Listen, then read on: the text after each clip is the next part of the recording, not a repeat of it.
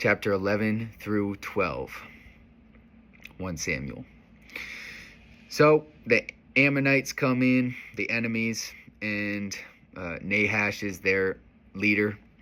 He storms into Jabesh, Gilead, and they capture everybody. And he was going to kill everybody, and then he chose, maybe I'll gouge out one of their eyes and bring disgrace to all of Israel. And the people say, give us 7 days for someone to rescue us. And they do. They get 7 days. So the messengers were sent out to Gibeah, and all the people there start to weep. And Samuel, he becomes aware. And Saul also sees everybody weeping. And he's asking, what's going on? What's wrong with everybody? And this is where the Spirit of the Lord comes on Saul, the king. A great, powerful anger. He burned with anger.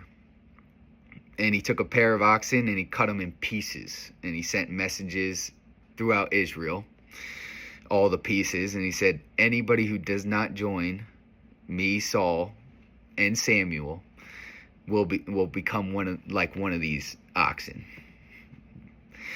So a great fear fell on all the Israelites, and they became one. And this is how militaries work a lot of times. But this was to rescue.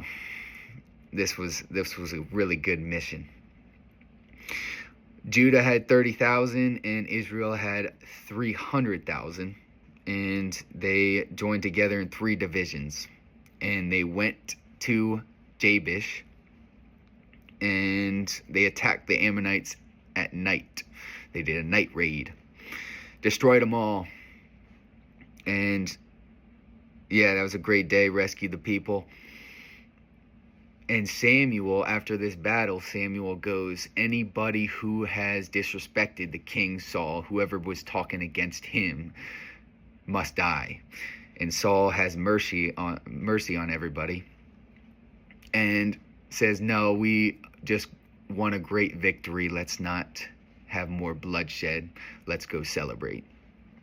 And then Samuel, he says, let's go solidify your kingship in Gilgal. So they go and they start sacrificing fellowship offerings throughout Israel, celebrating the new king. It was a great celebration and the victory, because Saul saved everybody at Jabesh. So his name was getting great. And that is 11. Now 12, Samuel has a farewell speech at Gilgal to everybody. He says basically that he's a righteous man, an upright man. He's always been there serving the Lord, been there for all the people. He hasn't wronged anybody. He's never taken bribes. He's always been honest. He hasn't oppressed anybody. And everybody's true. Everybody there couldn't say anything wrong about him. They were all witnesses, and he was a man of God, truly.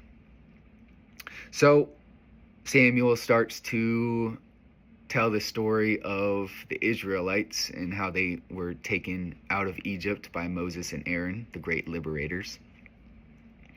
And after that, the Israelites started to forget God, and oppression followed from all these nations. Ammonites, the Moabites,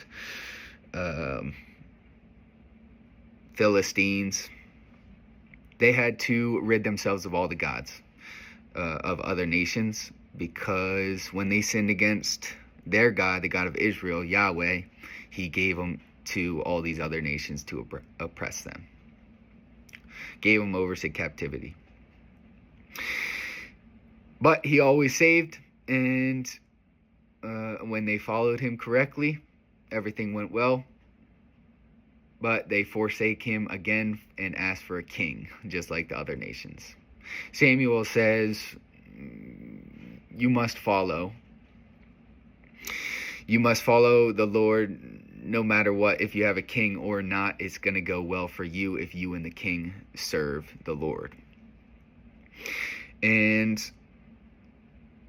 during this, Samuel says, I'll send rain and thunder to be a testimony of my words that you have done wrong against the Lord.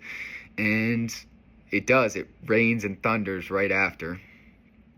And everyone's in awe that his words, this prophet has powerful words. God is with him.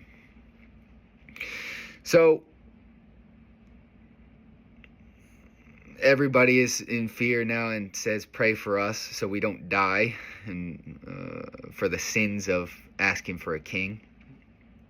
And Samuel says, even though you've done all this evil, do not be afraid and do not turn from the Lord. Serve the Lord with all your heart. It'll go well with you. And be sure to fear the Lord and serve him faithfully. With all your heart, consider what great things he has done.